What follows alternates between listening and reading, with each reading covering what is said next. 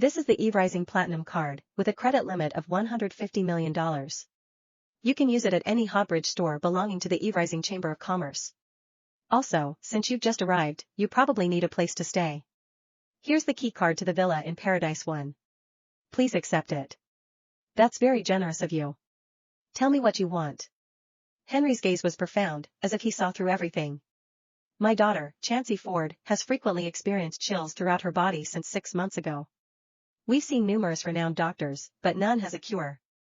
I am humbly asking for your help, Jeffrey said. Not an issue. I'll take care of it when I am free tomorrow. That's great. Thank you, Master. Jeffrey was excited. After inquiring from various sources, he discovered that the newly appointed young master was actually the elusive divine doctor he had been looking for. He could not believe the divine doctor was such a young man, and he was the master of Golden Liberty. Jeffrey was overjoyed when Henry responded to him. Master, do you have any other orders? There's probably nothing I can't do in Hotbridge, Jeffrey said. Help me find a girl, Henry said.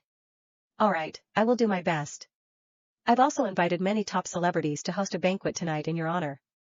Henry frowned. I don't like a big fuss. Let's skip it.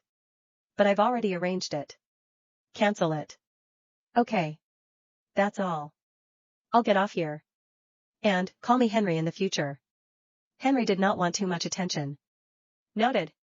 Jeffrey agreed because he understood that Henry preferred to keep a low profile, even though it was only a brief encounter. No one had applied such pressure to him since he took over. Henry went to breakfast after getting out of Jeffrey's car. Then, he took a taxi to the Sunrise Mansion, where his fiancée lived. When Henry arrived at the mansion, the butler escorted him inside. As he walked into the living room, he noticed a beautiful lady approaching him. It was the lady he met the previous night. He had not expected to see her there. She was gorgeous. He could not help looking at her. Unfortunately, she was unapproachable and unfriendly. Lydia's expression changed dramatically, and she asked angrily, "What are you doing here?" "This douchebag tailed me after this morning. Clearly, he wants to extort me." "I'm here to find my fiancé," Henry said. "Keep dreaming. You do not intimidate me," Lydia replied angrily. "What are you talking about?" "I came here to find my fiancé, Lydia Miller." "Fiancé? Lydia Miller? You're Henry Truman?" Lydia finally realized that the man was Henry. She had only heard the name from her grandfather and had never seen him in person. The person he had praised so much turned out to be that rustic ruffian. She was in a daze. She was the Miller Group CEO, and she held an overseas master's degree. She regretted giving her virginity to such a useless ruffian. That bumpkin ruffian turned out to be her fiancé. Marrying someone like him would probably be worse than death. "Henry, I have been waiting for you since the old divine doctor called, and you have finally arrived today.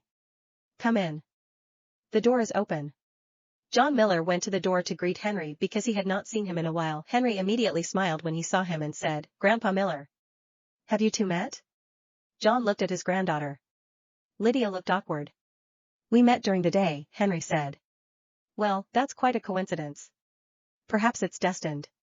Today is a good day to get married. You can go do that after lunch." John laughed heartily. He thought highly of the old divine doctor's medical skills.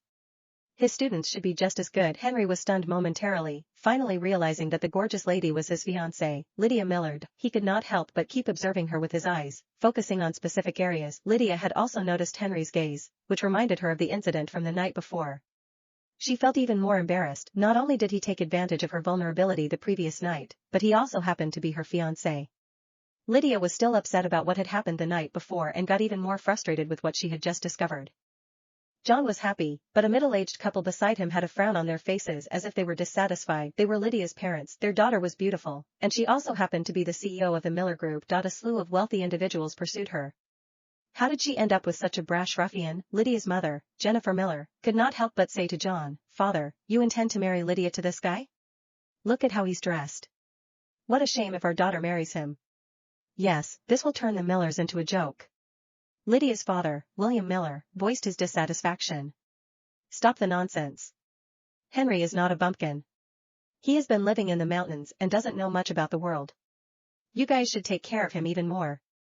Their marriage is already decided," John said in a determined tone, ending the discussion. The couple did not dare to say anything more. Even though John had handed over the company's business to Lydia, no one dared to challenge him. Lydia understood that well.